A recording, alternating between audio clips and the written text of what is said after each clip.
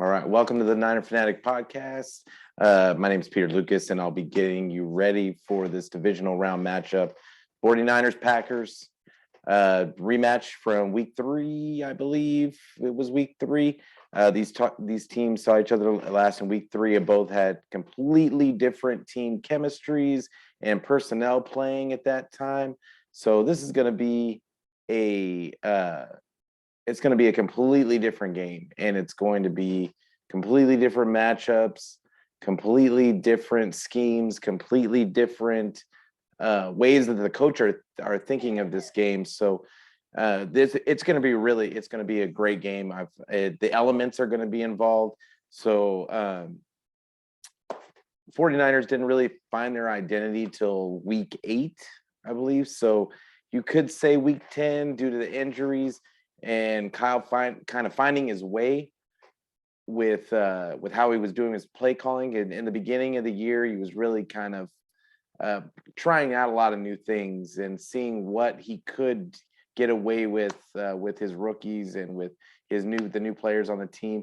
And it wasn't until week 8, week 10-ish that he really remembered his identity and what he needed to do to win ball games. So Green Bay has had injuries throughout the season, but have battled through without some of their all-pro guys pretty much for the whole season.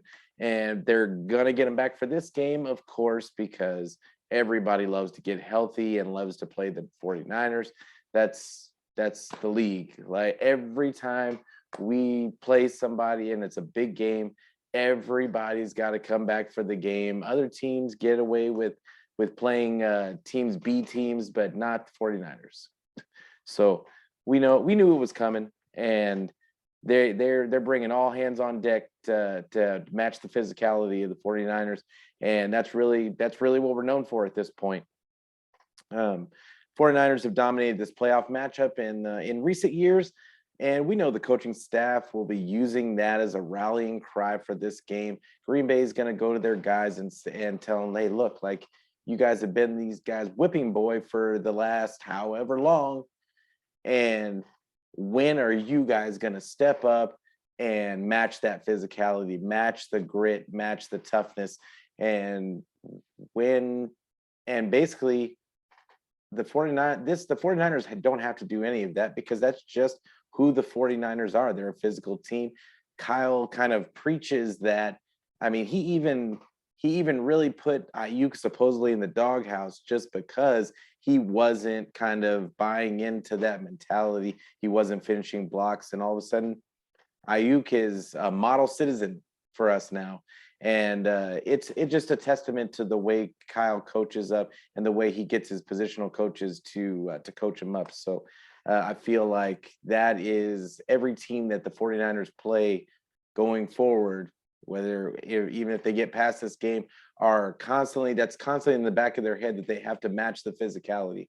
So, but weather is going to play a big factor in this game. It's supposed to be the weather's supposed to be in single digits. That the temperature is supposed to be in single digits that day. So by game time, and that's going to be a factor.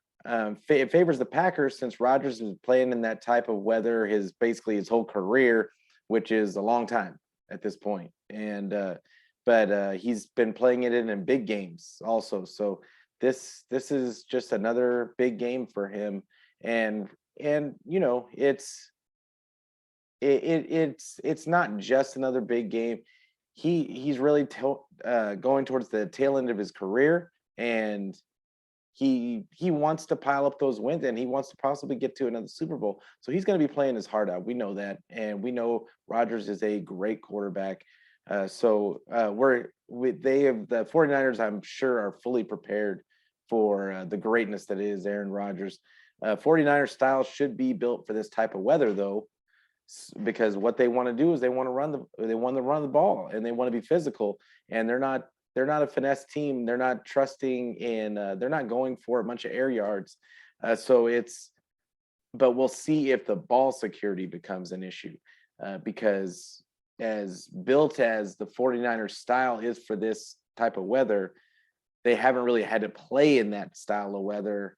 So I think ball security is really going to be really going to be the main issue in this game, and for the 49ers, because obviously Green Bay is used to playing in that type of weather. But for the 49ers, it's going to be key there. I mean, they're coming from the West Coast, so how are they going to be able to hold on to the ball and not fumble and catch those balls that they should be catching? So, but let's start off with the Packers. Talk about the Packers a little bit. Packers are 13-4 this season. They're the number 1 seed, and they earned that. They earned that number 1 seed. They were the best team in the NFC, I believe, for this season. I mean, the continuity, and I mean the fact that they had a bunch of all-pro guys that they've been missing most of the year, and they were able to come up with a 13-4 record. I mean, granted, they have Aaron Rodgers, but that's other teams have great quarterbacks, and I mean, and they weren't the number 1 seed. So it's a testament to the coaching staff for it's another Shanahan protege in Matt LaFleur, but it's a testament to that coaching staff that they were able to guide this team through those hard times and just adjust the game plan. I mean, it's really much like the 49ers have been doing much of the season. They had to adjust the game plan to the injuries and to their different the things that were working and the things that weren't working. I think they just found their identity a little bit later than the Packers did. But they have a number 1 to number 2. I guess you might put him in number 3 QB in the league, depending on who you're asking on any given week. Aaron Rodgers is I think he's a top 2, if not top 3 quarterback in the league.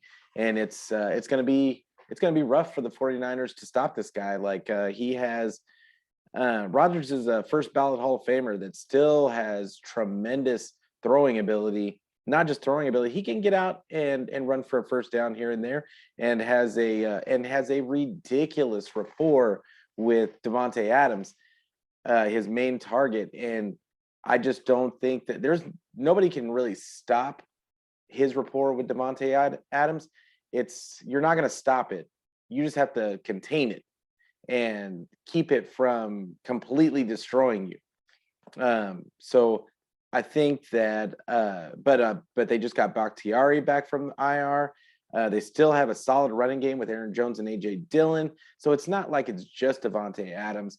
He has a solid offensive line in front of him, which I think for the most part he's had a solid offensive line for I would say at least since Matt LaFleur has been there. So that hasn't changed, and the 49ers were still always able to get to him. But we're going to see, with the weather being what it is, are they going to still be able to do that? And but I think Bakhtiari returning from IR is going to be huge for them, because they're going to be looking. I mean, they've got to stop that D line from the 49ers, and it's a tough D line. Like, I mean, we've gone over this week after week after week, but the D line is the main part of their defense. And it goes a long way to get past through this defense if you can stop that defensive line. So Bakhtiari being back is going to be huge, protecting Aaron Rodgers' blind side. But they do still have a solid running game with Aaron Jones and AJ Dillon. Neither hit 1,000 yards rushing this year, but they almost had identical amount of carries and identical amount of yards. They just do it in different ways. AJ Dillon is a bigger back. Aaron Jones is kind of their home run hitter, but he hasn't been so much of a home run hitter this season. And I'm not quite too sure about why that is. I don't know. I know he's been banged up and dealing with little injuries here and there, but it'll be really interesting to see how they try to work their running game, because the running game and what they do with the running backs is really the main part of their offense. I think that's why Aaron Rodgers was so against. He's been thinking about leaving this team, because they for the last couple of years, is because they wanted to kind of move away from him and depend on this running game, and not just the running game, but they want to use him they want to use those running backs in the passing game also. But it makes Aaron Rodgers almost into a dinker and a dunker. And I don't obviously, if you've watched Aaron Rodgers for any amount of time, you would know that he is not a dinker and a dunker. He wants to throw the ball downfield. He wants to throw those back shoulders, and he doesn't want to dink and dunk. He doesn't want to do a bunch of designed plays because he doesn't think he has to. He wants to take advantage of that the guy that he sees as the weak point in that on the defense. And it's going to be really, it's always been interesting watching that, him kind of I mean, he wins, obviously it works, obviously the system works, but his kind of pushback against it has always been interesting to me, because it seems to me like you would want, especially going into your golden years, you would want to for them to take some of the load off of your back, which I feel like if he would just fully embrace the system, I feel like the sky would be the limit for this system. But it's still lethal, even without him fully embracing it. So, but the interesting part about these two running backs is they did have, even though they didn't have 1,000-yard rushing, they both had over 1,000 yards, all-purpose yards from rushing and receiving, and they had 17 combined touchdowns rushing and receiving. So that tells you right there that that's what they wanted. They want to involve these running backs, and they want to get the early and often.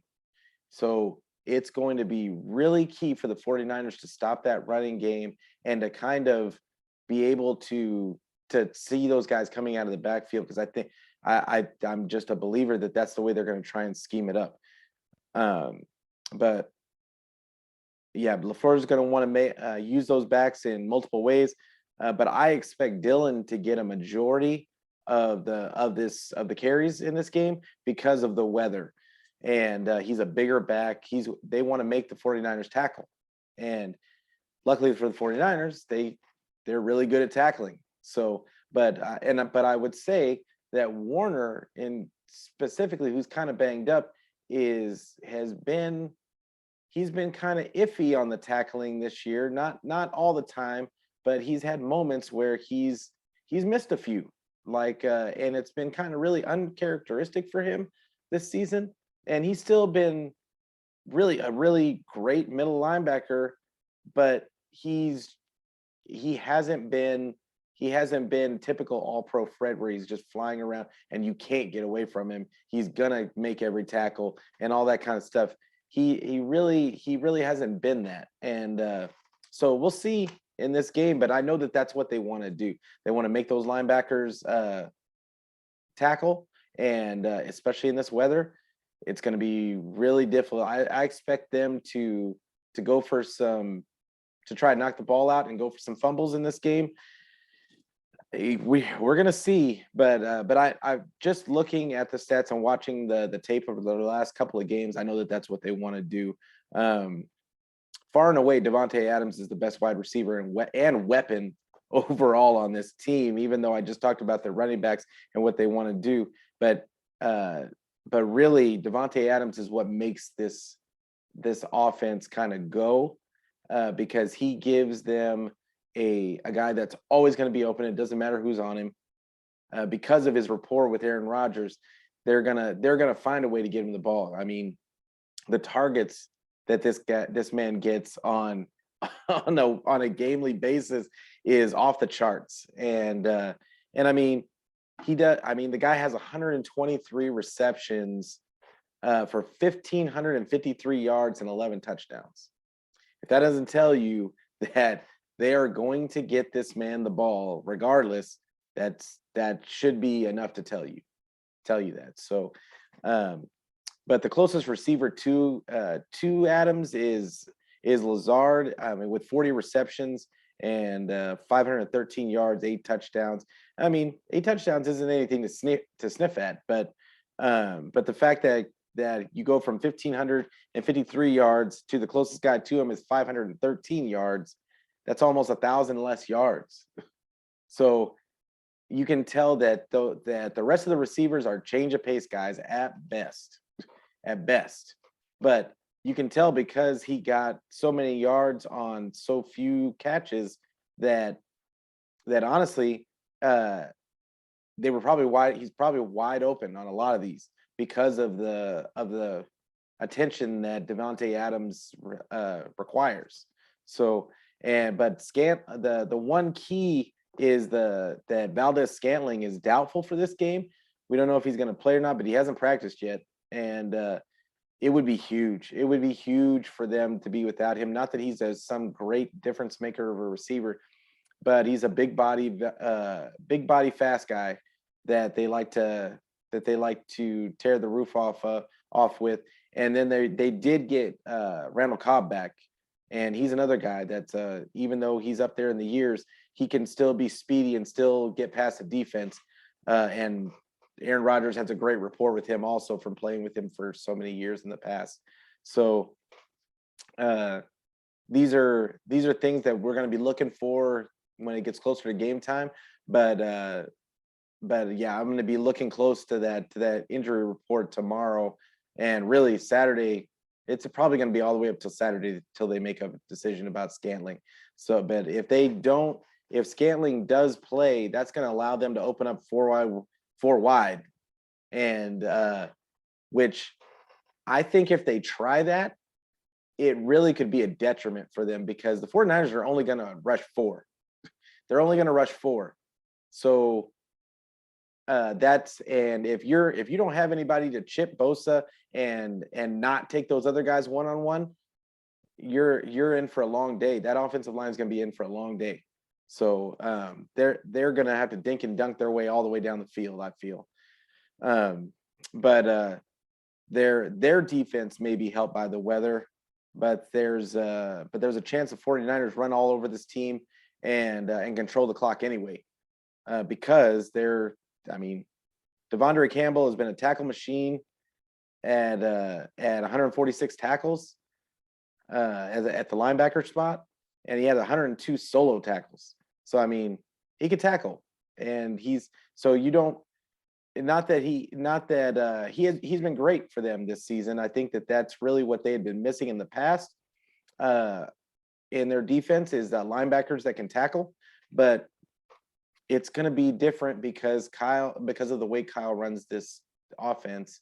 It's not going to just be, oh, well, he just needs to read the play. It's going to be a lot of motion around and eye discipline. So, and we saw in the Cowboy game that Micah Parsons really struggled with that. And great linebacker. He had a ton of tackles, ton of sacks, but he struggled. No sacks. He had a ton of sacks, but no sacks in this game.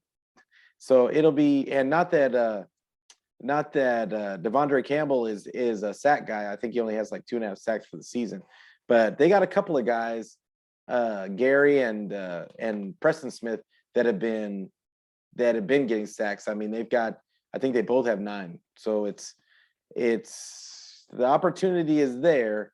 But I did want to say Barnes and Gary are solid at the linebacker spot, but they can be taken advantage of in the running game. I think that they're going to try and rush those guys. The fact that Gary has 9.5 sacks tells me that they're going to want to blitz him a lot, and which is going to take him out of position for the run game. And I really think their run defense overall is lackluster.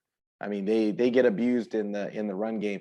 The only difference is that for whatever reason, not for whatever reason, because of Jimmy, because we have Jimmy Garoppolo at quarterback, our teams just like to stack the box, and I fully expect them to just stack the box. I was watching Rich Madrid would put on some tape the other day of them playing Green Bay playing the Browns, and it was a very close game, and it looked like the Browns did what the 49ers are probably going to want to do, which it made a whole bunch of sense, and around the running game because they don't have a quarterback. Do I think that their quarterback is better than Jimmy? I think it's kind of a wash. I think they're different quarterbacks, but for the most part, I think that there's not much. I mean, it's just different the way that they play. The but I think that they're going to want to do the same thing. Both of those guys struggle at getting yards and completing drives and like continuing drives. So it's going to be an interesting thing right away. Like because Kyle is going to try and run the ball right away. I kind of and I'll get back and I'll get into it when I get to the offense part. But yeah, I think it's going to be an interesting matchup. But they've got Eric Stokes has become a solid draft pick for them at corner. I thought that he was going to be soft coming out of college. I didn't really. People were kind of tying him to the 49ers. I did not want Eric Stokes. I thought that he was just too soft for the 49ers. But he's been solid. He's been solid. He only has one pick, but I think he's been solid for them, especially with Jair Alexander going down for most of the season. The fact that it's just he's been the main guy out there on his rookie season. Great. I mean, good job by him, even if he does only have one pick. I mean, they're 13-4, so he hasn't been taken advantage of that much. And but Jair Alexander back for this game after a really long stint on the IR. I think he went out after week 4. So how does he look just coming in cold and in a cold weather game? How does that look? And I think the same thing about Bakhtiari. How do these guys look being out for so long and then coming up against a Niner team that wants to hit you in the mouth? I don't know. But Zadarius Smith, also another guy back for this game, another all-pro guy that's back for this game. That hasn't played pretty much all season. How does he look just coming back for this game? I don't know if that is necessary. Now, granted, these are all pro players, but do you mess with your continuity when you're 13-4? Granted, you lost your last game again, but you sat a bunch of guys against Detroit. I don't know if I do. I don't know if I do. I think I might give them a whole nother week of practice, even though they're going against. I mean, it's do or die. But I don't know. I don't know if I did that, but I think that might be an advantage for the 49ers. But that's what I'm talking about. What can these guys give after such a long layoff, even though they're all pros? Will be another part is it's going to be really interesting to see if they use these bear fronts to take away the outside zone runs and to take away the run in general. I'm interested because that's what they did in the first game, and but the first game, I want to speak on this because I hear a lot of Green Bay people talking all this stuff about I mean, even the guy on Locked On Packers had the nerve to say that our corners then on week 3 were better than the corners we've got now, which we had Josh Norman and who was the other guy at the time? We had Josh Norman and some guy that's not even on the team anymore that day. Fitzpatrick, that on that day, and then and Lenore. They're not even playing anymore. So do not think that this is going to be the same thing. And you still, and with those terrible corners, you still barely won. The Packers barely won that game off of a field goal. So all you Green Bay fans that think that this is going to be, whatever, the 49ers going whoop-de-whoop, it's coming. It's coming. It's not going to be the same. It's not going to be the same. I'm just letting you know. But let's get to the 49er offense, and let's get us prepared for what we're going to see this Saturday. Offense has no injuries, and that's part of what I was just talking about. This team is probably the healthiest it's been all year. And we thought that a couple of people went down last week in the Cowboys game, during the Cowboys game.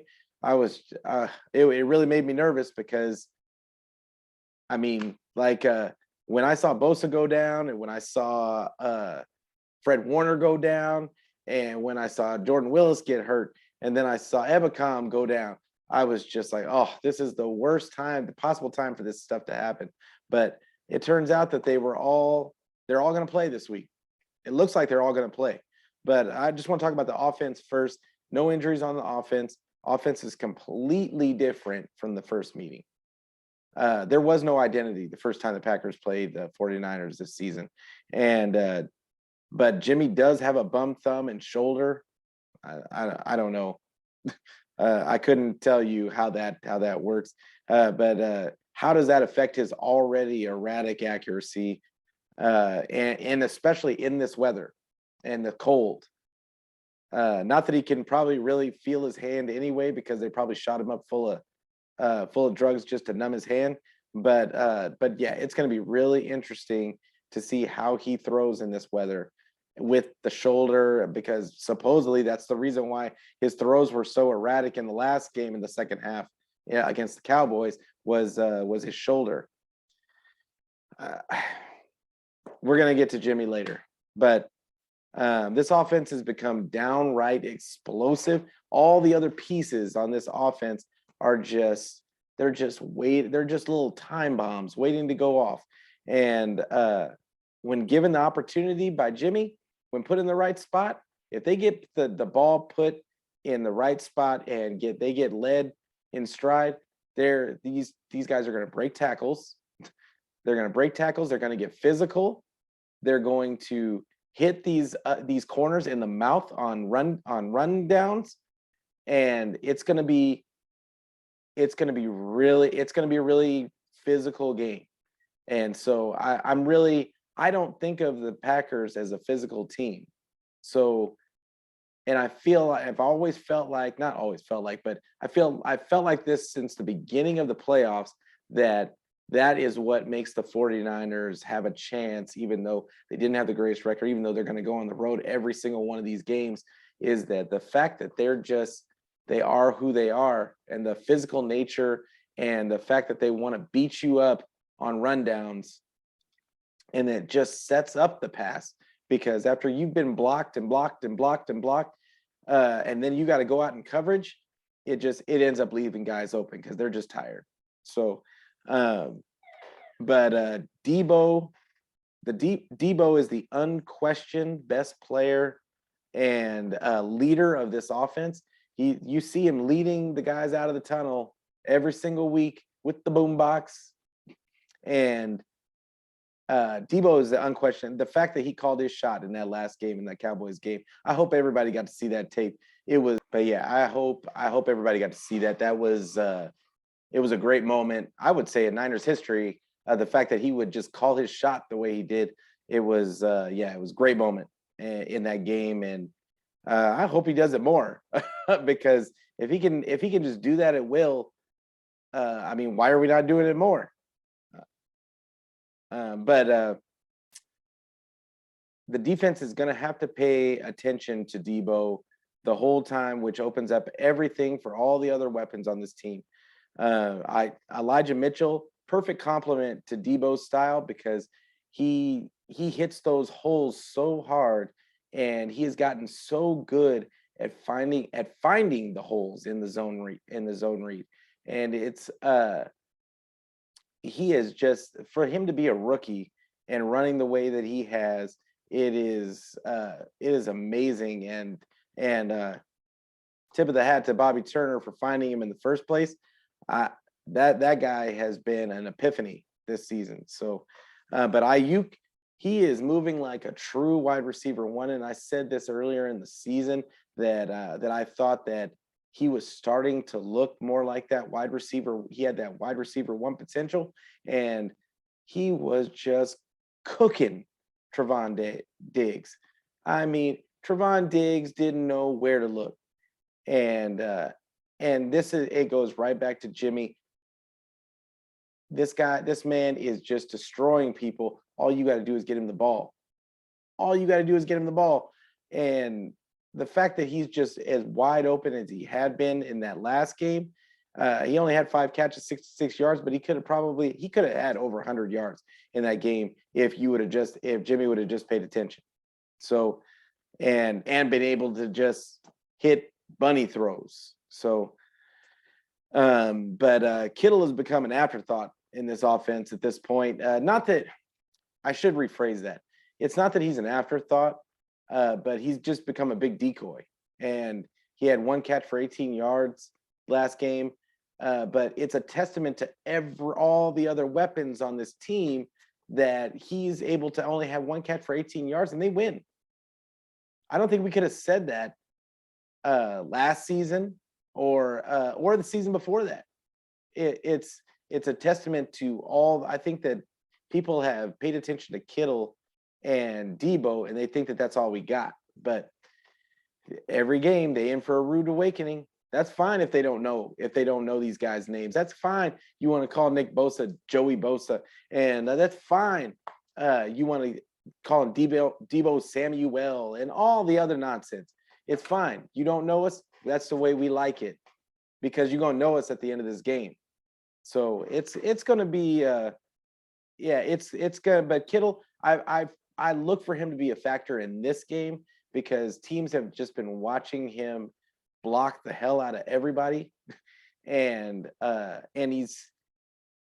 because he's gotten such low productivity, I fully expect them to start to put more attention, most of the attention on Debo and maybe those other receivers, and let Kittle kind of run wild. I mean, because who's gonna guard him is the question. I thought he might take advantage of the Cowboys' safeties in the last game, but it just didn't even look like that was part of the plan. So who knows? But Jennings, Mr. Third Down, if you will, he is the key to the running game. He's become the key to the running game. I like to say Kittle is, but and Kittle is a huge part of the running game.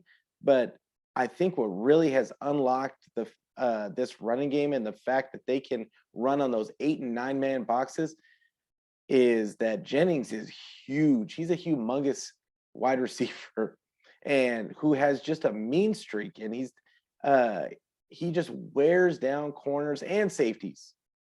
And out of the play, he's gonna get a couple of shots in.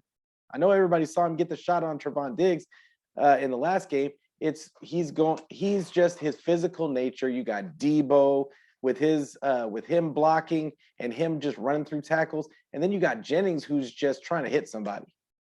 That's really all he's doing out there. He's trying to hit somebody, and it's wearing down those defenses, and it gets them. It takes away their discipline.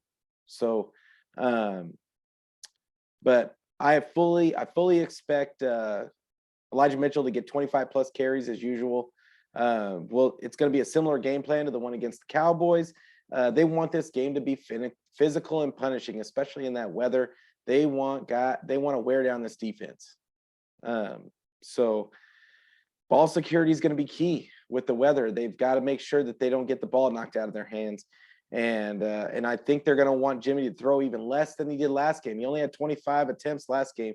I think they might take it all the way down to 20 or less. It just depends on how the run game goes, because I don't know if they're going to be able to run on them like they did the one year where Jimmy only had to throw the ball like a couple of times. But I think that they might be looking to keep Jimmy's throws to a minimum. So let's move on to the defense. So Bosa, Willis, Ambry Thomas is questionable in this game. I believe all of them are going to play in this game. How does DeMeco? The question is, how does DeMeco scheme up this game against Rodgers? DeMeco's game plans have become fascinating TV to watch. Every game where you think, okay, well, how is he going to scheme around? And I mean, the fact that he didn't have corners, he had a rookie corner on one side that was not good at when he first had him starting, and you could see Ambry's just growth in this system. And now if you watch his tape from the Cowboy game, that kid is showing off some click and close. That's for you, Croc. And click and close, and he's been showing some real just ability, like to read plays and just man up on guys. Like it all comes down to his confidence. I think Avery got his confidence back I want to say about 3 games ago, and since then he's in position. He's looking now. He's hitting people in the last game, in the Cowboy game, he was hitting people. But yeah, how does D'Amico scheme this game up? Because the guy's going to want to. I mean, they're going to want to keep the run game down to a minimum. I don't worry about the run. I don't worry about the run. They're not going to run on this team. But how does he scheme to keep Rodgers from going crazy? Because Aaron Rodgers is not Dak Prescott. Dak Prescott was easily rattled. For all you Cowboys out there, he's easily rattled. He is not elite. Aaron Rodgers is elite, and it's going to be really interesting to see what D'Amico schemes up to keep the damage to a minimum. But the D line, as always, is going to be the key. Can they stop the run and continue to get pressure the way that they have been? The run, I mean, any run game coming in there is going to be anemic. They have been so good against the run, not just the D line, but the linebackers have just been, and I'll say this, and the corners have been good in the run game. So, but it's going to be, what makes this game interesting is the fact that the corners probably aren't going to be able to help as much in the run game on this in this one because you got Aaron Rodgers back there. So is Warner limited by this ankle injury? That's another question. He injured his ankle last game to where he couldn't finish the game, and now they thought it was going to be a major injury. Now all magically he's been full practicing all week, so he says he's fine. So we're going to trust in Warner, but how does that look? How is that going to look? Rodgers really has a lot of respect for Fred Warner, and so I'm interested to see if that affects any of the ways that Rodgers approaches this. But Azeez and Greenlaw, I believe, are willing and able to pick up the slack that if Warner isn't as great. Azeez has been phenomenal all season. Greenlaw came out with his hair on fire the last couple of games. So I want to see the same. We just have so much depth at linebacker, and it is really just interesting to see how D'Amico just kind of constantly puts these guys in positions to succeed. And it's just, I'm really kind of sad that he's already getting head coaching interviews, but it is what it is. When you have a guy that's doing what he's done with this squad this year, you got to expect it. So, but Ambry's injury, to me, is the most concerning. Can he play at the high level he has been in the weather with the injury? We'll see. He's a rookie, and that's really what scares me, is that if he was a vet, I would know that he knows his limits. He knows what he can and can't get away with in weather like this. But with him being a rookie, I'm kind of cautious as to how they're going to play it. Does Bosa take advantage of Bakhtiari coming off his injury? Yeah, Bosa's coming off of a possible concussion, but I don't think that's going to affect his physical. He looked fine from what they said in practice today. So can he take advantage of Bakhtiari, who's just coming back off an injury and from the Detroit game, but he's had a couple more weeks or another week to rest up. Can he take advantage of that? And I think the answer is yes, and which makes me think that they're probably going to give Bakhtiari help like every other team does. So I fully expect to see chips and double teams on Bosa. And but look for D'Amico to do some of the things that he did against the Cowboys, which was a lot of twists and stunts just to get Bosa matched up on their lesser on the lesser guys. So they've got a rookie in at center that I think that they're going to want to take advantage of, because you got Eric Armstead and DJ Jones in the middle, who have just been monsters in the middle. So do they take advantage of this rookie who has been solid for the for Green Bay, but do they take advantage of him? So there's a lot of ifs in this game, and a lot of stuff, a lot of unknowns because of the whole coming back from injuries thing, and we just haven't seen what they're going to look like with all these guys back. So, but I tend to think that the defensive line is going to wreak havoc again. I do feel that Green Bay is going to try what they did last game, which is get the ball out early, and they are going to try to make quick throws underneath. They're going to try and get and do some of the things that really was open for the Cowboys. Dak just refused to dink and dunk, but I feel like the dink and dunk is there if for Rodgers if he wants it, but he's going to have to do it all the way down the field, and it's going to be a question of, do our corners in our secondary in general start to try and jump routes, and that's when Aaron Rodgers goes for the jugular. But if Scantling, having Tartt and Ward healthy at this, I just wanted to say this, having Tartt and Ward healthy at this time of the year, like fully healthy, is humongous, because they are the obviously the best two guys in our secondary. They are leaders on the field, and they are really what makes this zone scheme work. And it's going to be huge having them fully healthy for the playoffs. I just think it's because in every other playoff in 2019, Tartt was banged up, and I thought that really kind of affected him in the Super Bowl. So I just think that he's going to be it's going to be really huge that they stay healthy.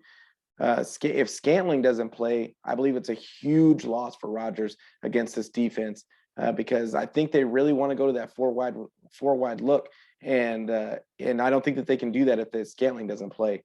And Cobb is an X factor against Kwan, because even though Cobb's up there in years, he's still got some speed. And and we saw Kwan get burnt. If you can get him to cut in coverage, Kwan can be burnt. He's not fast. He's just kind of quick, and he's a great slot corner, but he can be had deep. So, so that's a couple of factors on the defense. Defense needs to make, like I said, defense needs to make Rodgers dink and dunk all the way down the field, force their offense into field goals. If they can force Rodgers into field goals, play that bend but don't break defense, I think that the 49ers will be in good shape. Rodgers is going to look for PI calls. You can bet on it. I was shocked that Dallas didn't throw it up more often to try and get him. But I fully expect Aaron Rodgers to be throwing balls when he starts to get frustrated from dinking and dunking. He's just going to start throwing the ball up to try and get those PI calls. And I mean, because it's worked in the past against the 49ers, not against this group since Ambry and Eman have been starting, but I mean, why not? Why not? The league has basically told you that they don't want to see defense, and so why not try to get the PI called? They've been calling it all season. So if I was them, I would try it. And so my prediction in this game is going to be 49, and it might sound like I'm really worried about this game, but my prediction is going to be, and I am, but my prediction is going to be 49ers 26, Packers 23. Yes, I'm predicting a win, although I think Jimmy will have to lead them down for the winning field goal. I just in my heart, I feel like that's what's going to end up having to happen. Whether that's going to be the deciding factor, I feel. I believe in D'Amico Ryan's defensive strategy, and I think that he's going to make the Packers one-dimensional. I see it coming. I just see it the way that he likes to put people in place. I believe Rodgers is going to get frustrated and start throwing the ball up, looking for PI calls. Just talked about that. The refs will. I believe that the refs are not going to be. They're going to get really involved in this game, and the refs are not going to be so kind to the 49ers because they were against the Cowboys. Got the bulk of it last game because of their undisciplined play. But the reality is the NFL doesn't like physical running teams. And that might be a cop. Some people might think that that's a cop out to say some stuff like that, but it's just reality. The NFL does not like to see teams be physical and run the ball and play defense. That's not why they changed all these rules. They changed all these rules so that you would throw the ball all around the yard. And so they want to see an Aaron Rodgers able to do whatever he wants out there. So I fully expect PI calls. I fully expect holding calls against 49ers in the running game. I fully expect to see it. And it may be a deciding factor. I don't know, but I'm predicting that the 49ers are going to win 26-23. At the end of the day, the 49ers only go as far as Jimmy is able to make timely throws and not cause timely turnovers. He cannot turn the ball over. If he turns the ball over more than once, it is that if the 49ers in general, if they turn over the ball, and that includes special teams, which I never talk about in my videos, but they're terrible. But, and this is a big but, the Packers special teams actually rank lower than the 49ers. They're dead last in the league. They have the dead last special teams in the league. So it's going to be about turnovers, and because of this weather, and it's do the 49ers keep from turning the ball over? If they can keep the turnovers to one or less, I think that they're going to win this game. If they don't, it's going to be bad. And it may not be bad. They may just lose the game, but I just have this feeling if it could be a avalanche if they get more than one turnover. So, but thank you guys so much for watching, listening. I'm going to see you all after the game. I'm going to put another pod out, and I might have a bit of surprise on how I do the pod. So, because I've been working on some things, but yeah, I just want to thank you guys again for this whole season. So excited to be in the playoffs. We're really going for we really want the Niners to win. I really think they can win. It's just all about ball security, but let's just be the Niner faithful that we all are, and have ultimate faith in our team, ultimate faith in we're going to have as much faith in Jimmy as we possibly can. But once again, thank you guys, and go Niners.